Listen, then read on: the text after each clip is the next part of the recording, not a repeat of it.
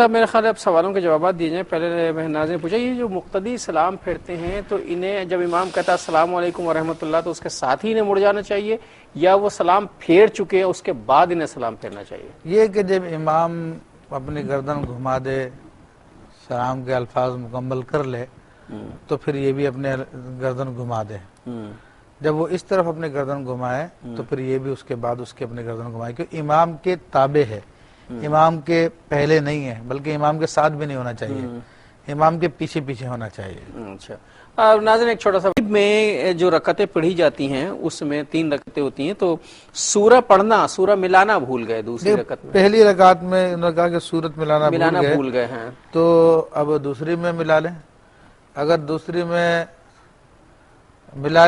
میں تو ملانی ہوتی ہے تو ایسی صورت میں تیسری میں ملائی جا سکتی ہے. اچھا کیونکہ وہ جبر نقصان واجب کو پورا کرنا ہے.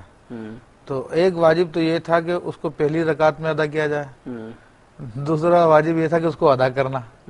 تو بہرحال تیسری رکعت میں جب سورت کو پڑھ لیں گے تو ایک واجب تو ادا ہو جائے گا لیکن ایک واجب پھر بھی باقی رہے گا کہ ترتیب کی تبدیلی ہو گئی، لیکن میرا سجدہ سے ان کو کرنا ہوگا، سجدہ سیف کرنا ہوگا. جی اچھا ٹھیک ہے. حالت ناپاکی میں قرآن جو ہے کمپیوٹر پہ کمپوز کیا جا سکتا ہے؟ دیکھو جرم کی حالت میں جو کمپوزنگ کمپیوٹر پہ کی جائے گی تو قیاس کے اعتبار سے تو سمجھ میں آتا ہے کہ وہ جائز ہے، کیونکہ انسان براہ راست جو ہے ان آیات کو نہیں لکھ رہا ہوتا بلکہ اس کے درمیان میں کئی واسطے ہوتے ہیں.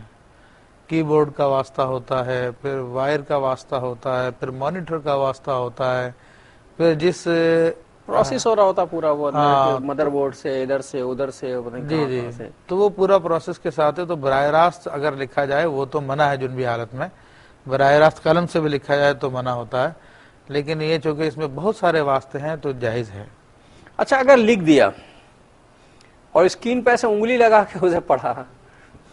بہرحال میرا مشورہ تو یہ ہے کہ جنبی یا بے وضو آدمی کو اس طرح سے انگلی نہیں لگانی چاہیے، لیکن اگر وہ لگاتا ہے تو اس میں گناہ نہیں ہے، کیونکہ یہ اسکرین پہ لکھا ہوا جو آ رہا ہے LCD پر یا مانیٹر پر یا آپ کے موبائل پر وہ لکھا ہوا نہیں ہے، کتابت کے حکم میں نہیں ہے، کیونکہ یہ ایک عکس ہے، شعاع ہے، ریز ہے. تو جس طرح اگر آئینے کے سامنے آپ قرآن پاک کریں اور اس کے بعد کوئی شخص اس آئینے کو ہاتھ لگا لے تو ہم اس کو قرآن کو چھونا نہیں کہیں گے. تو اسی طرح اسکرین کو چھو لے گا تو وہ قرآن کو چھونا نہیں کہلائے گا، تو یہ اس کے لیے مطلب کہ ناجائز کا حکم نہیں ہوگا. اچھا انہوں نے آپ سے ایک سوال پوچھ لیا ہے، اب مجھے نہیں معلوم کہ انہوں نے آپ ہی سے کیوں پوچھا ہے اور یہ میری سمجھ میں بھی آ رہا ہے کیوں پوچھا ہے.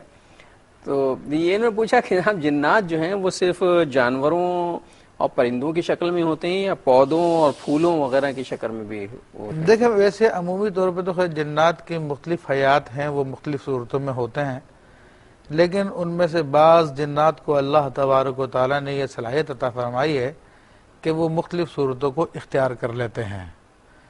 لیکن احادیث کریمہ میں جو آیا ہے عام طور پہ وہ سانپ کی صورت میں ان کا ذکر آیا ہے کہ سانپ کی صورت میں ہوتے ہیں، لیکن دوسری صورتوں میں بھی وہ آ سکتے ہیں. تو اب اگر کوئی جن شرارتاً یا کسی اور نیت کے ساتھ کوئی پودے کی صورت میں اپنے آپ کو ظاہر کرے تو وہ بھی ہو سکتا ہے، لیکن عمومی حالت نہیں ہے، یہ خصوصی طور پہ ہے. اچھا ہمارا دوسرا 2